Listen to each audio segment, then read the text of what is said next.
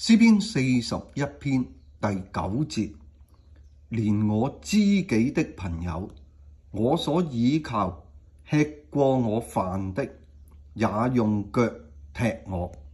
喺呢一度咧，就大衛啊，就將一班嘅仇敵想害佢嘅，即係轉移到咧係佢嘅知己嘅朋友喎。我哋即係開口又話咧，即係人生難得一知己。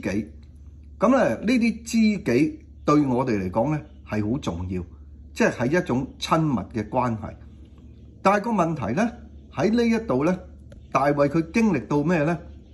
就係竟然係佢嘅知己呢啲嘅朋友，即係同佢關係好密切、好熟悉嘅。咁竟然係咩咧？即係對大衛啊，係作出一種唔單止係唔友善，反而咧係攻擊佢喎，即係調轉咗個槍頭。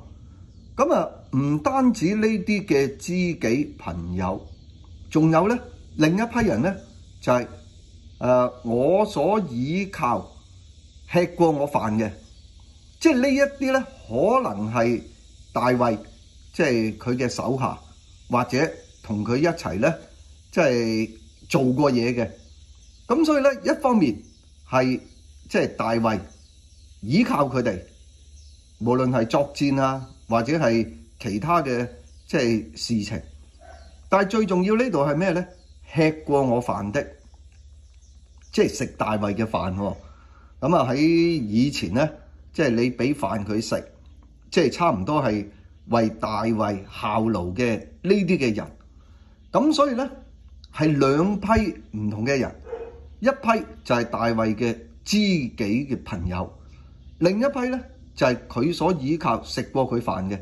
即係呢啲咧好明顯就同之前嗰啲嘅仇敵啊，要害佢啊嗰啲就好唔同。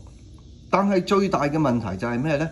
連呢一批係屬於大衛嘅，應該係自己有噶啦，竟然係咩啊？也用腳踢我。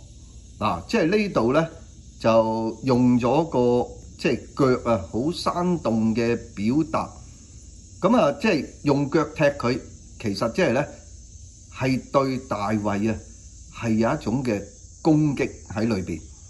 咁啊，即係當然呢個就係可能係一種嘅修辭啦，即係未必一定咧佢哋真係用隻腳去踢大衛，但係咧就藉着呢個咁樣嘅踢嘅咁嘅動作，係形容到大衛嘅自己友都對佢咧係有一種嘅攻擊，即係反過槍頭嚟去對付佢。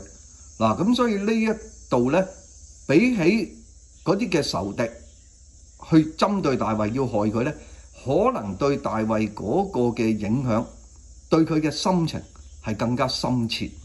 即係我哋諗下，如果你所熟悉親密嘅知己朋友都過嚟即係攻擊你，你有咩感受咧？蒼天父，我哋真係睇到人性喺人與人嘅關係，有陣時我哋唔可以連一啲知己朋友都唔可以係完全嘅即係相信。大衛佢面對咁樣嘅情況，求你俾我哋有智慧，祈禱奉主名求，阿們。